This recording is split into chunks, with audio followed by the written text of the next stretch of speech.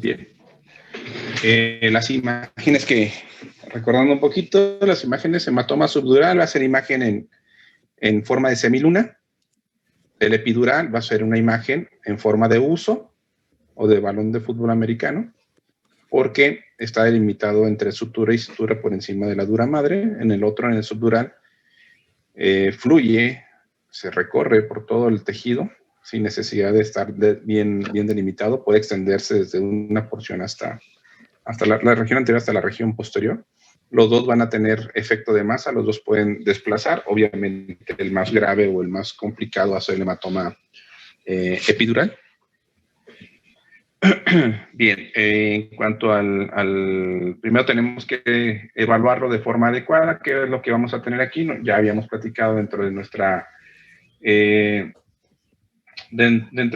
abordaje de la revisión primaria. ¿Se acuerdan que eran las 5 letras, la ABCDE? Y la evaluación neurológica, que sabemos que corresponde a la letra D. Antes de llegar allá, podemos inferir de que a lo mejor nuestro paciente pueda tener alguna afectación neurológica secundaria a un traumatismo craneoencefálico, que pudiera llegar a ser. Esa es la causa del déficit neurológico, ¿no? Sabemos que un paciente con déficit neurológico, con un Glasgow límite que quedamos de 8 puntos o menos, es incapaz de mantener su vía aérea permeable, y por consiguiente ese paciente tendríamos que tener una vía aérea artificial o realizar un abordaje ya sea con dispositivo infra o supraglótico para poder mantener una vía aérea permeable y poder garantizar con esto una oxigenación de forma óptima. Entonces tendríamos que ver, de acuerdo a la clasificación de la escala de coma de Glasgow, que tendríamos que ser muy diestros en poder utilizarla y para determinar si realmente mi paciente tiene o no un traumatismo craneoencefálico leve, moderado o severo, ¿no? Pues bueno, ya dependiendo de esto, pues vamos a determinar si mi hospital. Entonces, para ver, por ejemplo, el traumatismo craneoencefálico leve, tenemos que ver el antecedente del trauma. Aquí el problema es de que el Glasgow lo vas a determinar en el momento que tú estás atendiendo a tu paciente. En el momento que tu paciente te llega al servicio de urgencias, y vas a determinar si ese paciente tiene o no un déficit neurológico de acuerdo a la escala de coma de Glasgow. O es a la evaluación que tú le hagas. Espero que quede claro eso, ¿no? O sea, no vamos a tomar en cuenta un Glasgow. O sea, a lo mejor el paramédico te va a decir, encontramos con un Glasgow de 5 y tú lo revisas con un Glasgow de 13 o un Glasgow de 14, nos vamos a quedar con el Glasgow que tú refieres al ingreso. Obviamente con el antecedente de que, pues, bueno, se reporta que en el sitio posterior al trauma se genera un Glasgow de tanto, ¿no? Entonces es el momento en que tú le vas a dar la evaluación, y con esto voy a clasificar si mi paciente tiene un trauma craneoencefálico leve, moderado o severo de acuerdo al puntaje. Pero si tu paciente, por ejemplo, nosotros aquí ya haríamos traumas de alta energía, ya tendríamos que componer o tomar en cuenta un trauma de alta energía. ¿Qué sería un trauma de alta energía? Los traumas de alta energía dependen de la velocidad con la que va manejando, si es en una motocicleta, si llevas o no casco o cinturón de seguridad, si están pasando a una velocidad de 60 kilómetros por hora, si caes a una altura aproximadamente del doble de tu tamaño. Entonces ahí ya estaríamos considerando un trauma de alta energía. ¿Por qué viene esto? Porque ¿qué tal si un paciente se cae de un segundo piso? ¿Sí? Ese paciente, por la pura cinemática del trauma, sí, lo catalogo en ese momento como un TC leve, porque no tiene un déficit neurológico, pero tiene un alto grado de complicación de acuerdo a la cinemática del trauma. Entonces ese paciente no lo voy a dar de alta. Si el señor Richard se cae de un tercer piso y anda como si nada, como buen perro callejero que parece, ¿sí?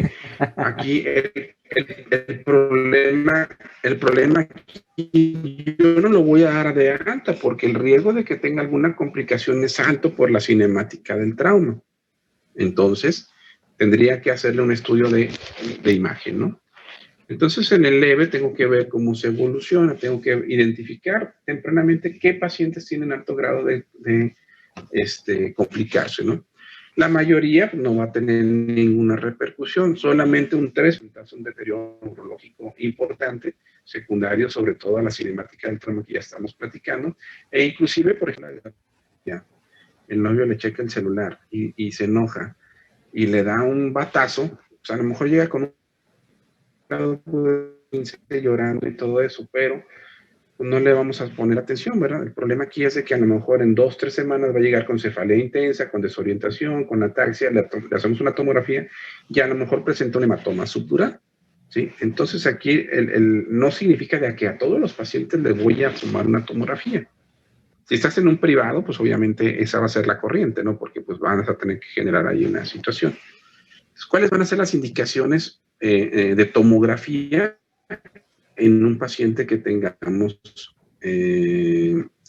ahí en el servicio de urgencias, inclusive que tenga un TCE leve? Primero, que todos los pacientes que tengan una sospecha de lesión neurológica. ¿Cómo se imaginan que puede ser un paciente que tenga sospecha de lesión neurológica? Pues clínicamente. Estamos hablando de TCE leve, o sea, a lo mejor tu paciente te llega con un grado de 14 o de 15. Pues que sus funciones mentales, por ejemplo, la exploración, estén alteradas. ¿Como cuáles, por ejemplo? O sea, para que tengas un grado de 14 o 15, es como cualquiera que anda ahorita en clase, ¿no? ¿Puede tener midriasis, doctor? Ándale, exactamente. Podemos tener anisocoria. Podemos tener presencia de crisis convulsivas previas. Podemos tener ataxia. Entonces fíjense bien cómo no nada más el hecho de saber, bueno, abra sus ojos, hábleme, qué día es hoy, levante su mano, toque su nariz, ya con eso dices tú, pues bueno, tiene un Glasgow de 15, sí, pero a lo mejor el paciente convulsionó previamente, a lo mejor tu paciente a la exploración de pupilas, porque las pupilas no te las mide Glasgow, y a lo mejor el paciente está anisofórico, a lo mejor el paciente lo pones a caminar y empieza ataxia, o sea, sí, Glasgow me va a ayudar muchísimo para evaluar la alteración neurológica inicial, pero estamos hablando de que ahí vamos a ver la revisión primaria y en la revisión secundaria vamos a buscar pruebas específicas o estudios más complementarios en cuanto a la valoración clínica para determinar si tu paciente tiene afectaciones o no neurológicas. Si yo tengo una fractura expuesta de cráneo, dices, pero ¿cómo una fractura expuesta de cráneo te va a hacer un TCE leve?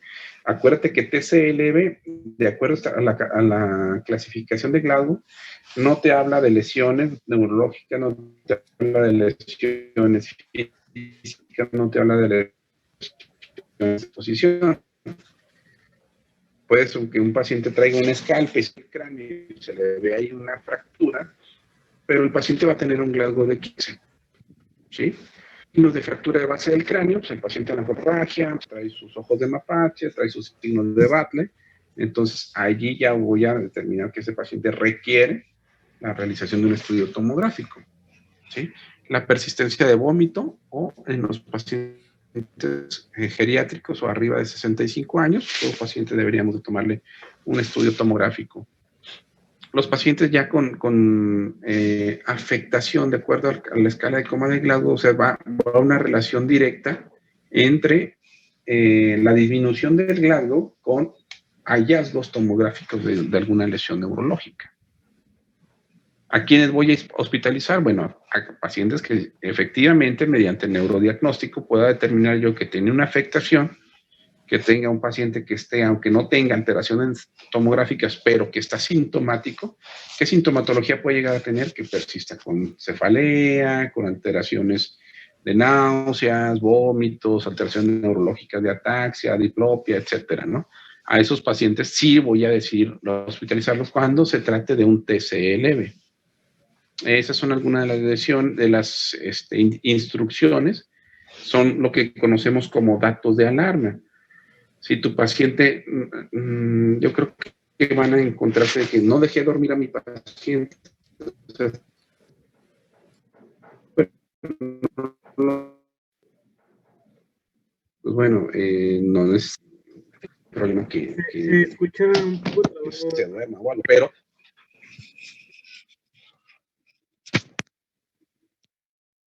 Ya no se escucha, Doc.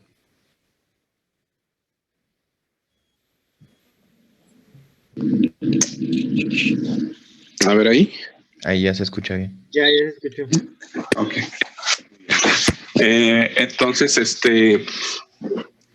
es la situación con la que nosotros nos vamos a encontrar, los datos de alarma que debes tú demostrar a los pacientes cuando los vayas a dar de egreso, ¿no? Si tiene un Doctor. exceso de somnolencia, si está con... Mande. Perdona que le interrumpa. Es que justamente ayer teníamos un pequeño debate porque yo les pregunté a mis compañeros si, o sea, si ellos sabían por qué cuando un niño o una persona se pegaba en la cabeza, o sea, de una forma pues, normal, pues, se pegaba con algo, las mamás decían, no lo dejes dormir. Pero entonces, pues no llegamos al punto de que no había como algo fisiopatológico, simplemente era para mantener la exploración, o sea, de que no presentara datos. Pero le pregunto a usted, ¿por qué es que o sea, se dice que no debes dejar dormir a un paciente? ¿Es por eso, por la exploración? No, a lo mejor no me escuché cuando no me escuché, pero no Sí. tiene nada que ver. O sea, el Ah, ok. paciente tú lo vas a... No hay ninguna evidencia lógica en cuanto a esa situación. Yo creo que nada más el hecho de tener un paciente reactivo a un paciente que se está somnoliento, pues obviamente va a ser más dramático el hecho de que estés con un paciente que esté dormido, ¿no? Si está reactivo o algo, pues no hay problema. No es de que si se duerme pierde, ¿no? No, Ok. para nada. Aquí no aplica esa situación. Uh-huh. Doctor, Cefalea intensa, sangrar. Uh-huh. perdón, tengo una pregunta. ¿Siempre que hay vómito en proyectil sin arcada es por daño neurológico? No siempre, no es siempre, pero se relaciona mucho más y no es lo normal que tengas un vómito en proyectil, pero no es tanto a consecuencia de que tengas ahí un hematoma o que tengas ahí una masa ocupativa o algo, ¿no? Pero por lo general, o sea, inclusive aunque si estuvieras con vómito, aunque sea precedido de náuseas, es un dato de alarma. ¿Sí? Okay. O sea, el hecho, estamos como que ya muy acostumbrados a que el vómito tiene que ser un proyectil para que sea de origen neurológico. Y si el vómito no es en proyectil, o sea, bueno, no hay problema. Si vomita así no hay tanto problema. No, al contrario, o sea, si tiene persistencia de vómito, aunque sea no en proyectil, es un dato que deberíamos de tomar mucho en cuenta para que sea una alteración neurológica, ¿no? Ok, gracias. Sí, muy bien. En el TCE moderado, pues bueno, en ese TCE moderado vamos a tener que el 15% de los casos de todos los traumatismos craneoencefálicos son de origen moderado. ¿Sí? Aquí los pacientes ya vamos a tener una alteración importante, vamos a tener una afectación en cuanto a la atención, vamos a tener un déficit de atención, vamos a tener un déficit motor, vamos a tener un déficit a lo mejor en el habla. ¿Sí? Los pacientes ya aquí van a estar somnolientos, van a estar más difícil de poder despertarlos. Podemos tener un déficit focal, podemos tener presencia de crisis convulsivas y vamos a tener un rápido deterioro dependiendo de la función. Aquí si ya tengo una alteración en el estado de alerta, algo que me bajó el Glasgow por más de 3 puntos, ya es una lesión neurológica muy evidente. La lesión neurológica evidente, inclusive tomográfico, no solamente va en presencia de contusiones hemorrágicas o de un hematoma tanto epidural o subdural o de fracturas, sino que inclusive puedo llegar a tener edema cerebral secundario a la misma cinemática del trauma y con esto pues ya pensar que mi paciente puede tener alguna alteración de esas que ya mencionamos, somnolencia, estado nauseoso, vómito, focalización, etcétera, con el puro edema cerebral. ¿Sí? Para esto, yo creo que sus clases de neurología van a ver que el edema cerebral, básicamente hay 5 tipos de edema cerebral. Clásicamente tenemos y vamos a manejar solamente 3 tipos de edema cerebral. El principal edema cerebral que manejamos nosotros o que se presenta en la mayoría de las circunstancias es el citotóxico. Y cuando ya hay una disrupción de la barrera o de la vasculatura, pues vamos a tener un edema cerebral ya vasogénico, ¿no? Dependiendo de la fisiopatología que te estés presentando, si es un trauma con hemorragia, un trauma sin hemorragia, pues vamos a tener diferentes tipos de edema cerebral. Y el puro edema cerebral me puede generar un deterioro neurológico. No es necesario que tengamos un hematoma, contusiones o fracturas para que mi paciente tenga una alteración neurológica. Y el paciente se va a empezar a tener una recuperación clínica y neurológica conforme ese edema cerebral no aumente. En el TCE severo, estamos hablando de que ya tenemos un TCE que nos maneja una escala de coma de Glasgow entre 3 y 8 puntos, Aquí ya es un 10% de las patologías que se presentan, es un poquito menos, pero de igual forma son los pacientes que tienen mayor criterios de hospitalización. Obviamente el paciente que tenga un TCE severo es igual automáticamente en el contexto, es igual a un manejo avanzado de la vía aérea con una intubación endotraqueal y la conexión hacia un apoyo ventilatorio mecánico. Sí, por eso es importante la determinación y la corrección. Si tú tienes un paciente que, ¿sabes qué? Yo como estudiante de medicina o como interno de pregrado estoy bien pendejo para poder determinar por Glasgow cuánto tiene un paciente. Si tú tienes un paciente que tienes duda y que probablemente tengas... Ay, pinche Mariana Martínez, ya se te cayó el agua. Si tú tienes un paciente que tienes entre una escala de coma de Glasgow y dices, no se diferencian, para mí trae 7, para mí trae 9, pero tú ves al paciente grave, si tienes la duda, maneja tu vía aérea y ya posteriormente podemos determinar si ese paciente tiene una afectación neurológica. Hay más muertes y más complicaciones por retrasos en las decisiones, ¿sí? Que el intentar hacer lo que crees, dices, no, ¿sabes qué onda? Le quiero dar chance, a lo mejor trae 8, trae 9, pero le quiero dar chance para evitar la intubación. No, al contrario, estos pacientes lo que requieren es que su cerebro no tenga una tasa metabólica elevada, ¿no? Aquí, ¿qué voy a tener que hacer? Primero que debo de tener una estabilización cardiopulmonar rápida. O sea, yo sé que tengo mi paciente con un traumatismo craneoencefálico, pero por desgracia no solamente van a llegarte pacientes con trauma craneoencefálico.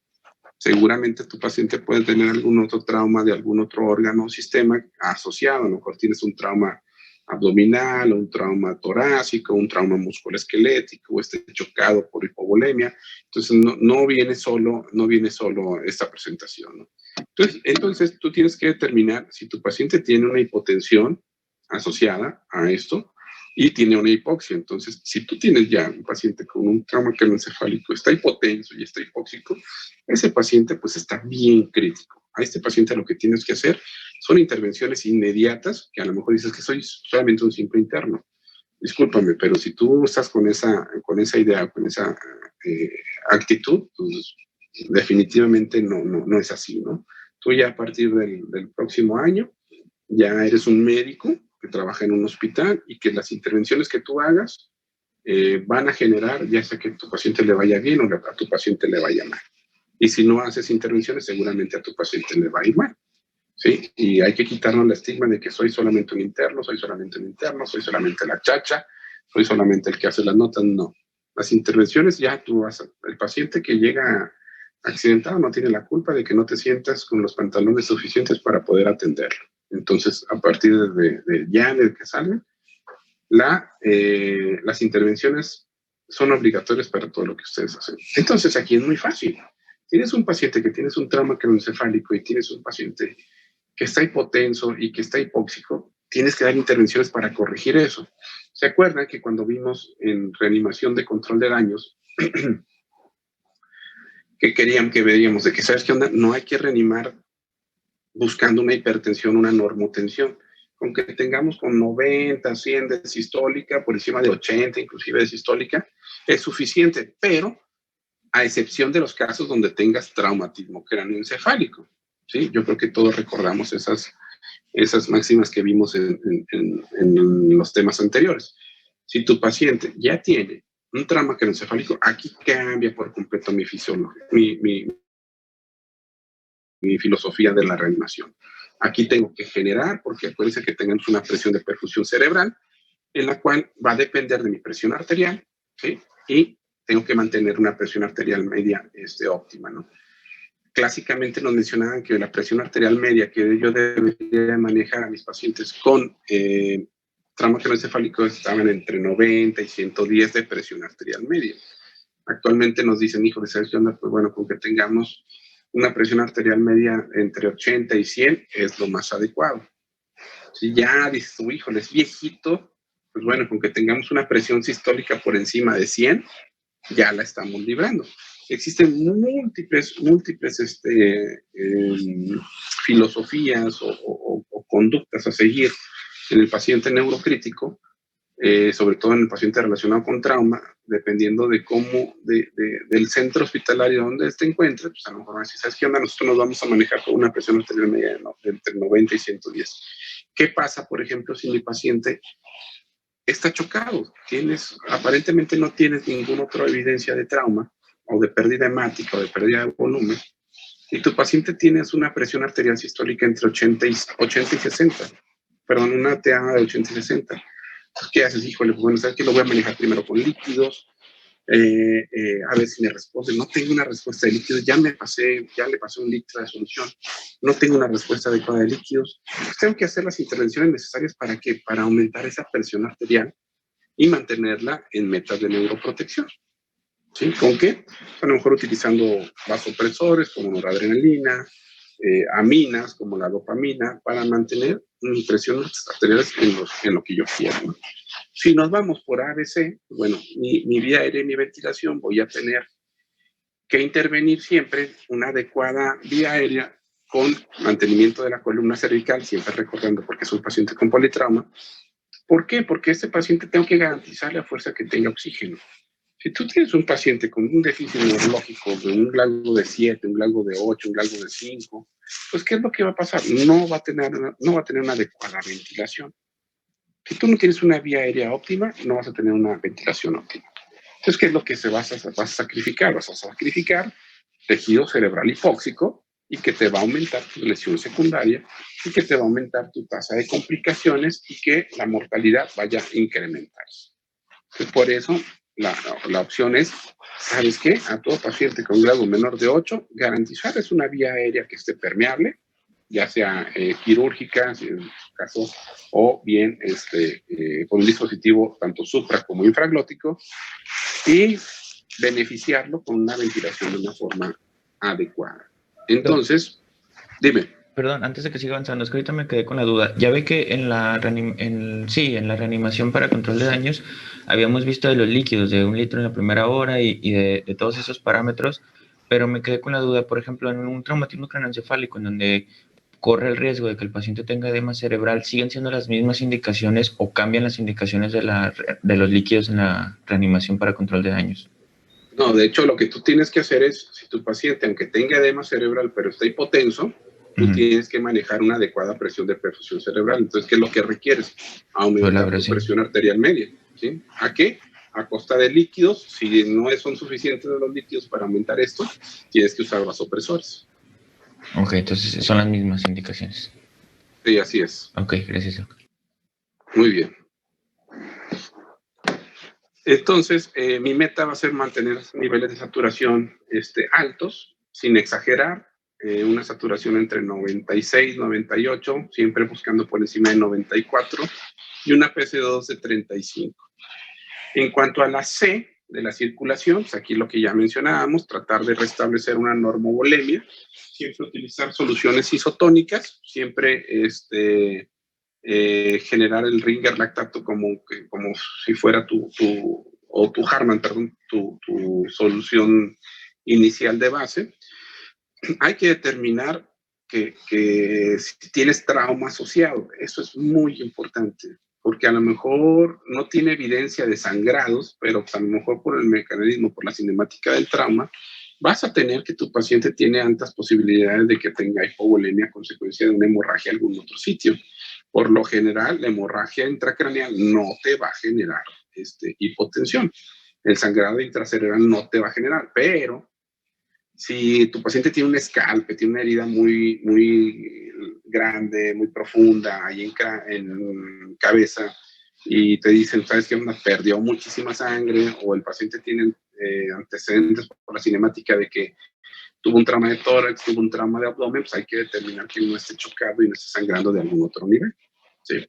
Muy difícilmente vamos a tener un trauma de cráneo aislado, a menos de que la lesión sea así, a menos de que, por ejemplo, a la señora Diana Caldera le diera a la señorita Andrea Herrera un batazo directamente porque le cae mal nomás, sí se ve que se cae mal entre las dos, pero aquí la situación es esa, ¿no? Hay que siempre interrogar si no hay algún otro trauma asociado o alguna otra lesión asociada, ¿no? La exploración neurológica tiene que ser dirigida, ya sabemos que inicialmente vamos a empezar con mi escala de coma de Glasgow, vamos a tener que hacer una revisión pupilar, vamos a determinar si hay déficits focales neurológicos antes de sedar al paciente. Sí, a lo mejor es válido de que a lo mejor mi paciente tiene un Glasgow de 10. ¿Con un Glasgow de 10 se intuba o no se intuba? Por puro definición. No. No se intuba. Y haz de cuenta que lo paso a tomografía y en la tomografía veo que hay una fractura, hundimiento, tengo un hematoma epidural o subdural profundo, tengo edema cerebral, tengo desplazamiento de la línea media, pero mi paciente tiene un Glasgow de 10. Entonces aquí nos vamos hacia la prémora. Bueno, ¿sabes qué onda? Neurológicamente tiene una afectación, tiene un Glasgow de 10, tiene un déficit motor. Yo sé que ese paciente, o sea, por la pura definición que me dijo el doctor Ledesma, un Glasgow menor de 8, no se intuba. No, o sea, no quiero que, o sea, eso es de forma inicial. Si ya tengo un estudio tomográfico donde el paciente tiene un déficit, una lesión neurológica evidente y severa, y que tiene altas probabilidades, ese paciente con Glasgow de 10 tiene altas probabilidades de deteriorarse con una fractura de hundimiento, con edema cerebral, con un hematoma epidural, tiene altas probabilidades de deteriorarse. Sí. Claro, sí, claro. Entonces yo ahí ya tengo que aplicar a la lógica y tengo que aplicar el conocimiento y a lo mejor ese paciente no tiene un Glasgow menor de 8, pero tiene una lesión neurológica importante. ¿Qué es lo que voy a hacer? ¿Sabes que ese paciente requiere que lo asistamos en su vía aérea y en su ventilación? Porque probablemente vaya a tener un deterioro neurológico y más adelante se puede comprometer más y voy a generar mayor daño. Entonces, ese paciente tendría que pensar en manejo avanzado de la vía aérea. Doc. ¿Sí? Dime. Y posterior, o sea, a lo mejor considerando el tipo de lesión y todo eso del paciente, pues ya te puedes anticipar a que se va a deteriorar.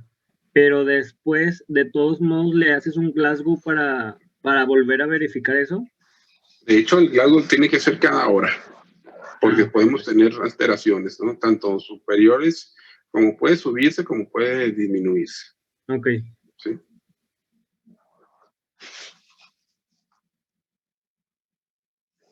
Muy bien. En cuanto a la revisión secundaria de un paciente con alteración neurológica, pues bueno, aquí ya tendríamos que ver con más calma, Glasgow, pupilas, focalización, datos de herniación, si hay modificaciones, o sea, te fijas. La revisión primaria es nada más al ingreso, ¿cómo están? ¿Sí? Ya posiblemente tengo que estar revisando eventualmente para ver si no hay datos de un deterioro neurológico, más en los casos, por ejemplo, así como que el máximo de ustedes es llegar a la clínica 18 porque tienen mayor número de casos y mayor práctica que tuvieran, ¿no? Por desgracia, por ejemplo, en la 18 no tienes un tomógrafo a la mano para poder determinar una lesión. Y eso es malo, pero también es bueno porque tienes que pegarte al paciente, tienes que estar checando. Y ¿sabes qué onda? Hace una hora mi paciente tenía unas pupilas de 4 milímetros y reaccionaban a la luz. Ahorita ya traen unas pupilas de 1 milímetro y ya no reaccionan a la luz. Entonces, ¿qué es lo que está pasando? Tenemos un deterioro neurológico ahí que se está evidenciando y que estamos teniendo una progresión del daño, ¿no? A esto nos relacionamos con lo que llamamos deterioro rostrocaudal. Tenemos 5 fases, diencefálica temprana, diencefálica tardía, mesencefálica, nos vamos de arriba abajo, ¿no? Porque crecemos, ¿sí? Crecemos y tenemos un desarrollo de nuestro sistema nervioso central caudocefálico en el periodo embrionario, ¿no? Entonces, va creciendo caudocefálico. La última porción que se desarrolla de forma adecuada, pues es el diencefálico, ¿no? Y nos vamos de crecimiento, es la fase, primero, fase vulvar, por desarrollo, fase pontina, fase mesencefálica y fase diencefálica. Pero estamos hablando aquí de que las funciones mentales superiores, obviamente las funciones mentales superiores, ¿cuáles son? Funciones mentales de la agudeza del pensamiento, del habla, del desarrollo psicomotriz fino, etc. ¿no? Esas son... ¿Perdón? Sí, no, estaba repitiéndolas con usted. Ok, sí. Entonces, si yo tengo una alteración o tengo un deterioro rostrocaudal, ¿qué significa? Yo les explico a mis médicos residentes que esto es como una casa. En las casas, no sé si se han fijado que tienen centros de mando de luz, o sea, afuera hay un medidor hay un centro de mando o fusibles, lo que quieras, una caja de fusibles o algo, ¿sí? Y luego adentro hay un centro de mando que si se va la luz de aquí, ¿qué pasa? Tenemos un centro de mando de acá que a lo mejor mantiene las luces de este lado. Si se va la luz de aquí, ¿qué pasa? Pasa a este centro de mando y genera las luces de este lado. No las de acá, porque esas ya están perdidas. Y si se acaba la luz aquí, llega hasta acá y pues aquí pues ya estamos hablando de que ya se fundió toda la casa. Entonces el deterioro rostrocaudal, ¿a qué se refiere? Se refiere a de que yo puedo evidenciar, de acuerdo a la clínica, dónde tengo la caja de fusibles apagada y cuál está prendida todavía. ¿Con qué? Clínicamente, nada más con las puras pupilas yo puedo diferenciarlos. Si yo tengo pupilas que reaccionan a la luz, sea cual sea su tamaño, tenemos una fase mesencefálica hacia arriba, ¿sí? Si yo tengo unas pupilas que están medias o que están ligeramente mióticas, pero tienen respuesta a la luz, yo sé que son unas diencefálicas. Si yo tengo unas pupilas que están como plato, ¿sí? Que están dilatadas, pero sí tienen respuesta a la luz, estoy en una fase mesencefálica. Si yo tengo unas pupilas que están bien chiquitas y arreflécticas, son unas pupilas que se llaman pupilas pontinas, ¿sí? Y mi fase está en una fase pontina, ¿no? ¿Sí? Están o protuberancial. Si yo tengo unas pupilas que están como plato, grandes, y no tienen respuesta a la luz, ya estoy en una fase vulvar. ¿Y eso a qué me refiere? De que ya prácticamente mi paciente ya está desconectado de acá y es cuando dicen, bueno, ¿sabes qué onda? Ese paciente puede tener ya datos de muerte cerebral, entre otras criterios, ¿no? Pero a ciencia cierta es lo que yo requiero, que por eso la revisión pupilar es sumamente importante en el paciente neurocrítico, ya sea por accidente vascular cerebral, ya sea por un traumatismo craneoencefálico, para determinar si hay cierto grado de deterioro rostrocaudal o no. Y con esto, ¿a qué me voy? ¿Sabes qué? Yo tengo por ejemplo, yo tengo unas pupilas que están dilatadas, pero tienen respuesta parcial a la luz. ¿Qué fase estoy? Mesencefálica. Con el tratamiento, a las 24 horas tengo unas pupilas medias y tienen respuesta a la luz. ¿Qué pasó ahí? Pues no sé qué pasó, pero es diencefálico. Mejoró, ¿no? Exactamente, mejoró. ¿Por qué mejoró? Porque a lo mejor tenía edema cerebral importante que estaba comprometiendo aquí a este nivel, ¿sí?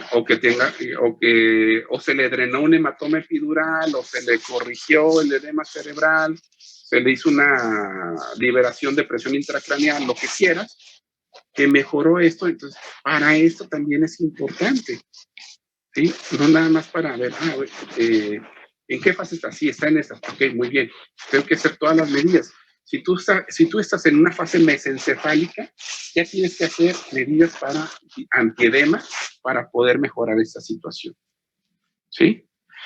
Aquí tenemos ejemplos. Por ejemplo, aquí este es un hematoma ¿de qué tipo? Subdural. Subdural, ¿verdad? Subdural, corre desde arriba hasta abajo, no se limita por las suturas. Tenemos un efecto de masa, aquí tenemos edema cerebral, no se ven las fisuras, tenemos edema cerebral importante, vemos cómo la línea media está súper desplazada. Ese es el ventrículo lateral derecho, el ventrículo lateral izquierdo ni siquiera se ve, está todo comprimido, ¿sí? Entonces aquí el plasma obviamente va a estar bien deteriorado, las pupilas pueden estar bien afectadas, van a tener un deterioro rostrocaudal importante. ¿Qué sería lo importante aquí? Abrir, drenar el hematoma, dejar abierto, ¿para qué? Para que la presión se libere por ahí, y esto empiece a desinflamarse, ¿sí? Y empiece a dirigirse hacia acá, ¿ok? Entonces, este paciente pues, tiene muchas probabilidades de que su criterio sea quirúrgico. Y las medidas básicas de neuroprotección, lo que ya mencionábamos, de acuerdo a la escuela en donde vayan a acudir, tenemos que las cifras de presión arterial media clásicamente van a ser entre 90 y 110. Tenemos que mantener una presión sistólica en algunos por arriba de 120 En otros, con que tengas arriba del 100, ya es algo muy, muy loable, dependiendo si tienes o no otras patologías. La administración de líquidos endovenosos, tenemos que corregir el estado de volumen. Si el paciente tiene una hipovolemia secundaria a autotrauma, pues tenemos que hacer una corrección primero con cristaloides, posteriormente con hemoderivados, en caso de que así lo requiera. Recuerden siempre el litro inicial durante la primera hora y valorar si administramos o no otro litro. Evitar la fiebre. ¿Por qué? La fiebre te va a aumentar tu tasa metabólica cerebral. ¿Y qué genera una tasa metabólica cerebral incrementada? Te va a generar mayor lesión secundaria, te va a generar edema cerebral si tienes ya alguna alteración. Tienes un ATP bien cateado y lo que menos quieres es que se consuma, el poco que hay, que se consuma por alteraciones metabólicas secundarias a la fiebre. Por eso la corrección adecuada de la fiebre. Mantener siempre normoglucémico a nuestro paciente. Se ha demostrado que la hiperglicemia tiene muy alto porcentaje de complicaciones y de mortalidad en el paciente neurocrítico. Pues obviamente la hipoglucemia de igual forma. Por eso siempre hay que tener a nuestro paciente bien normoglucémico.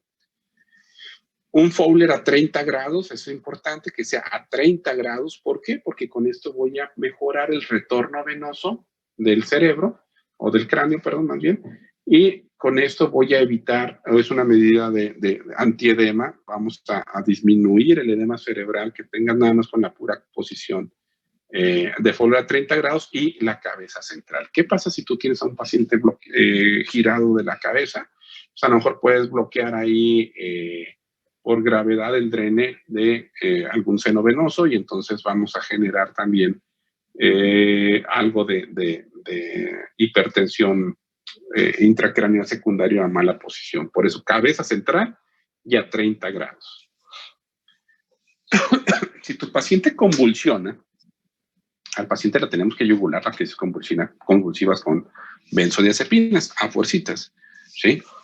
Y con fenitoína. La dosis de la fenitoína, bueno, el diazepam, que es el que tenemos, la benzodiazepina que tenemos aquí en nuestro país y en los servicios de urgencias, pues, vienen en presentaciones de 10 miligramos, vamos a administrar los 10 miligramos.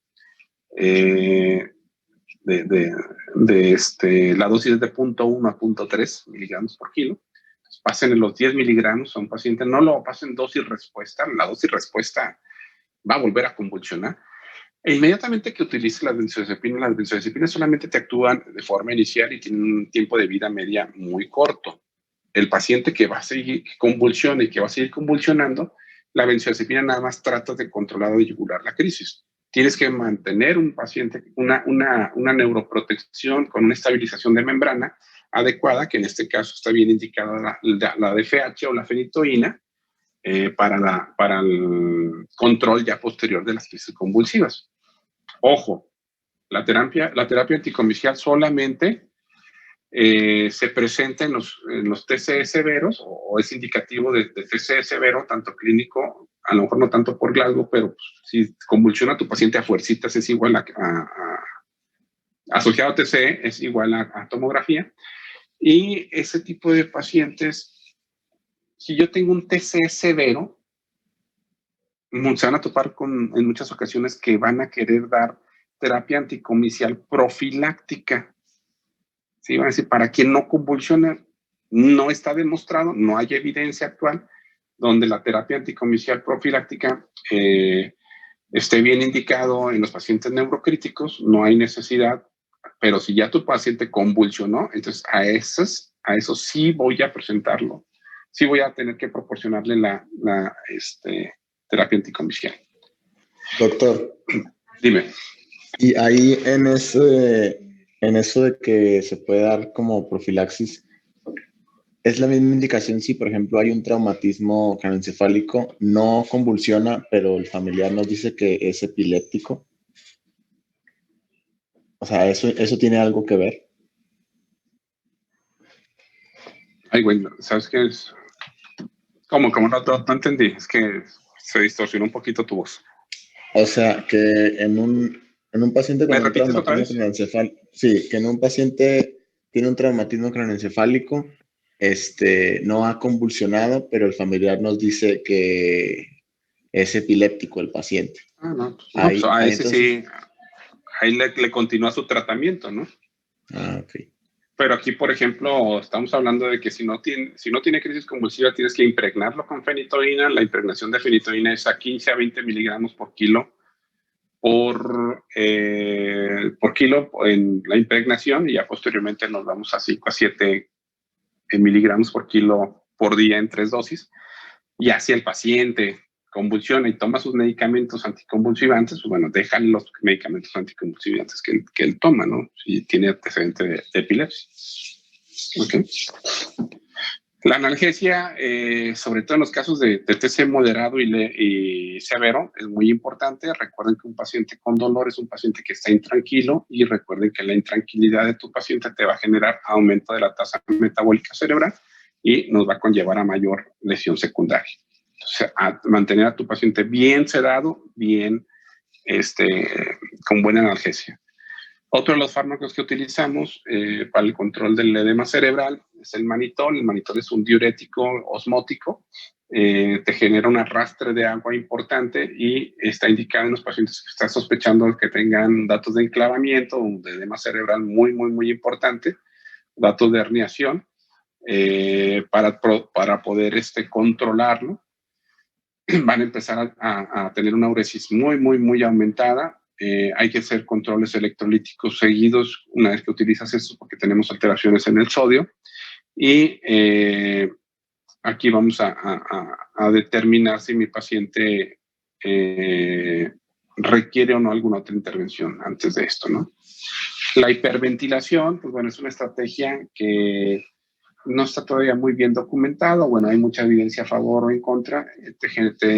Por lo general te dicen que hay que mantener una presión de CO2 entre 30 y 35, recordando que la hiperventilación o el CO2 bajo te va a generar una disminución del flujo sanguíneo cerebral, y pues esa disminución del flujo sanguíneo cerebral a final de cuentas te va a ayudar para disminuir la posibilidad de edema cerebral, ¿no?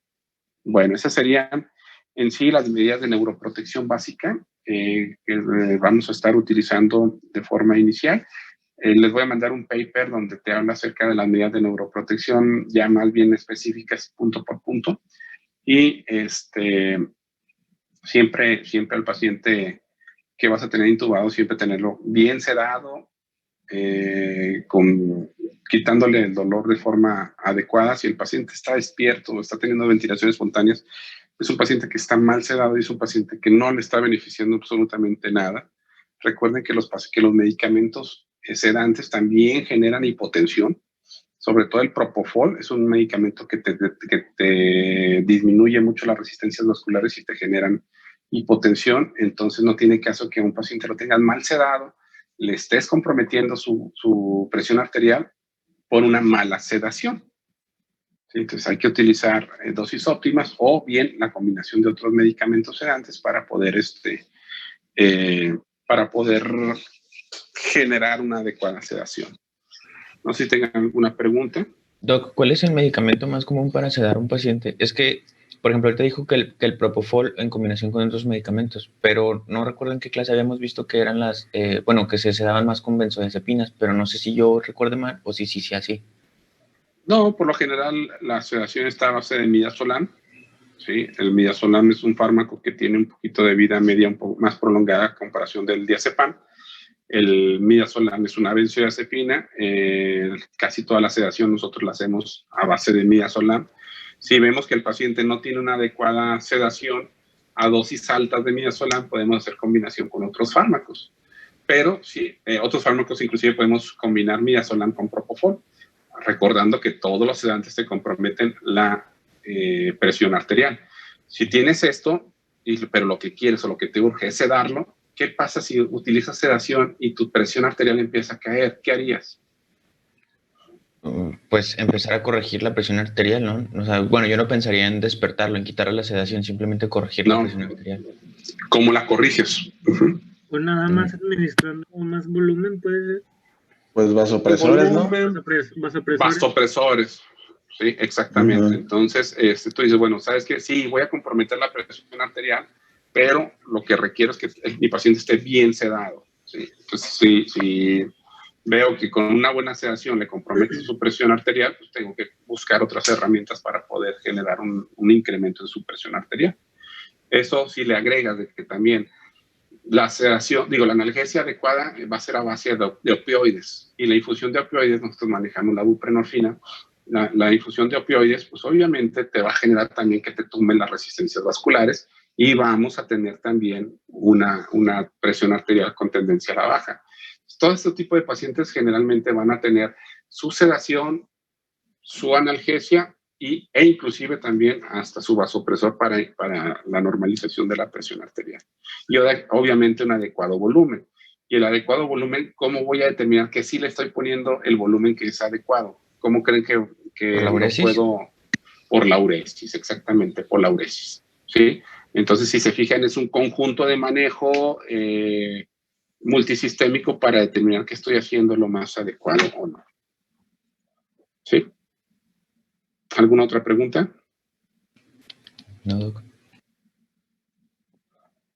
Perfecto. Antes de que Frida se saque el ojo, Doctor, pues bueno, dime. si tenemos tiempo, es que no entendí bien cuando puso el dibujo de los ojos y las fases, de que la fase cerebelosa y pontina y todo eso. Ahí me quedó duda. Porque aparte de que no lo entendí bien, creo que es como que se me empezó a trabar y no escuché toda la explicación. Es de acuerdo a las funciones cerebrales, como nosotros cuando eres un embrión, se empieza a desarrollar caudocefálico, se empieza a crecer de aquí hacia acá. ¿Sí? Cuando recién nacemos todavía no tenemos una conexión adecuada entre lo mesencefálico y entre lo diencefálico temprano y lo encefálico tardío, porque son funciones mentales superiores. Uh-huh. ¿Sí? Todavía estamos desconectados, por eso inclusive tenemos reflejos primitivos. ¿No se acuerdan en pediatría que tenemos reflejos primitivos? Sí, claro. Como el reflejo de succión, el reflejo de Moro. Cuando eres niño tienes Babinski positivo. ¿Por qué? Porque todavía estamos en esta fase. Si todavía las funciones mentales superiores no están bien desarrolladas. Entonces, cuando tú tienes un paciente, por eso neurológicamente, cuando te dicen, ¿sabes qué? A ver, ¿tiene Babinski?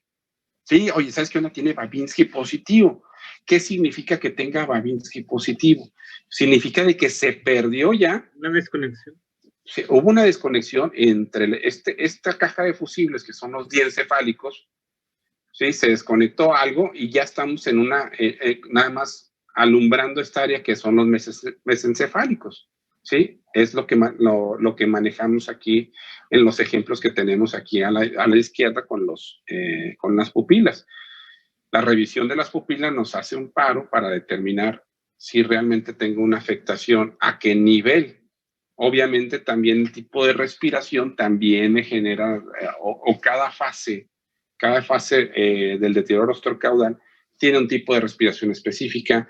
Cada fase de la función rostrocaudal tiene un tipo de movimientos, si son movimientos de corticación, de cerebración, va a ir de acuerdo a esto, ¿sí?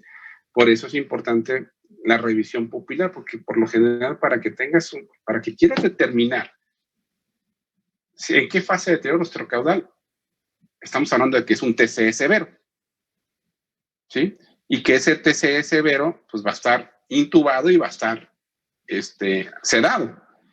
Entonces al paciente no le puedo decir, a ver, déjeme le reviso esto, a ver, dígame dónde nació, porque ya está sedado y está intubado. Entonces por eso tengo que irme con las funciones más básicas para poder descartar si tengo una afectación, a qué nivel.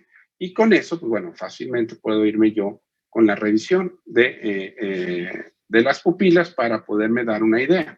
Hay veces que a lo mejor está sedado, sí está sedado, pero si tú le pones de que está ahí, le estimulas para determinar si en búsqueda de Babinski, el paciente puede tener Babinski aunque esté sedado. ¿Por qué? Porque estamos hablando de que es una función independiente de la sedación donde actúa exactamente la sedación.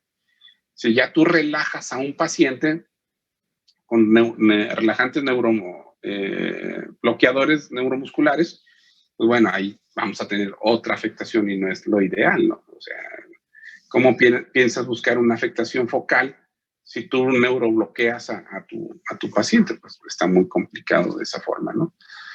pero en sí, la revisión de las pupilas es para determinar más o menos dónde se puede encontrar el daño. Si ya tienes unas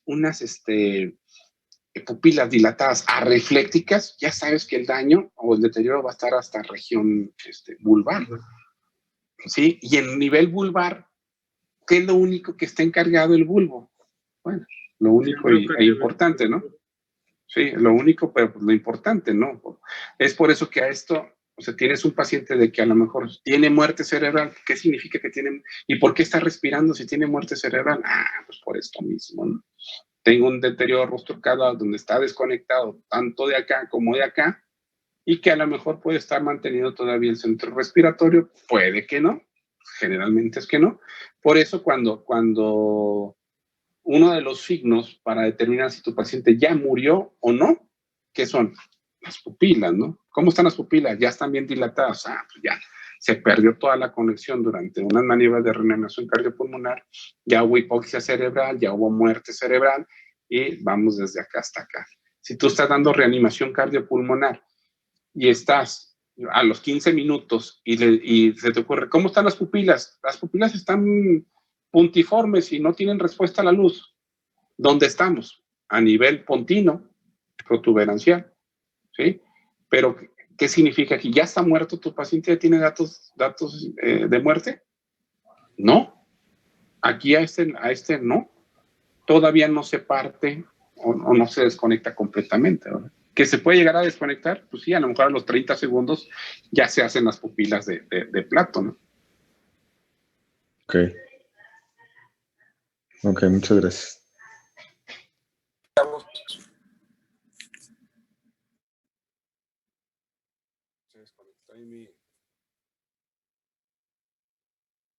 ¿Sí me oyen? Sí, ¿verdad? Sí. Sí, Ok, doctor, sí se escucho. desconectó. Muy bien, entonces para la clase del martes vamos a ver quemados, manejo del paciente gran quemado, para que lean antes de entrar a la clase, ¿sale? ¿Algún ¿Para lugar el de martes donde o para el leer? jueves, doctor? El jueves, perdón. Hoy es martes, Ok. ¿verdad? Sí, hoy es Sí. martes. Doc, ¿algún lugar de donde leer? Discúlpenme, señoritas perfectas, discúlpenme. ¿Algún lugar donde leer? Hay uno que se llama el American Burns, no, Advanced Burns Life Support, el ABLS. Lo pueden descargar ahí hasta está en español para que no batallen. ABLS, así como ACLS, pero ABLS de Burns. Burns Life Support. ¿Vale? Sí. Ya está. Cuídense. Cuídense. Nos vemos. Gracias, Doc. Gracias, igual. Gracias, doctor. Gracias, Nos doctor. vemos Hasta el jueves. hasta el jueves.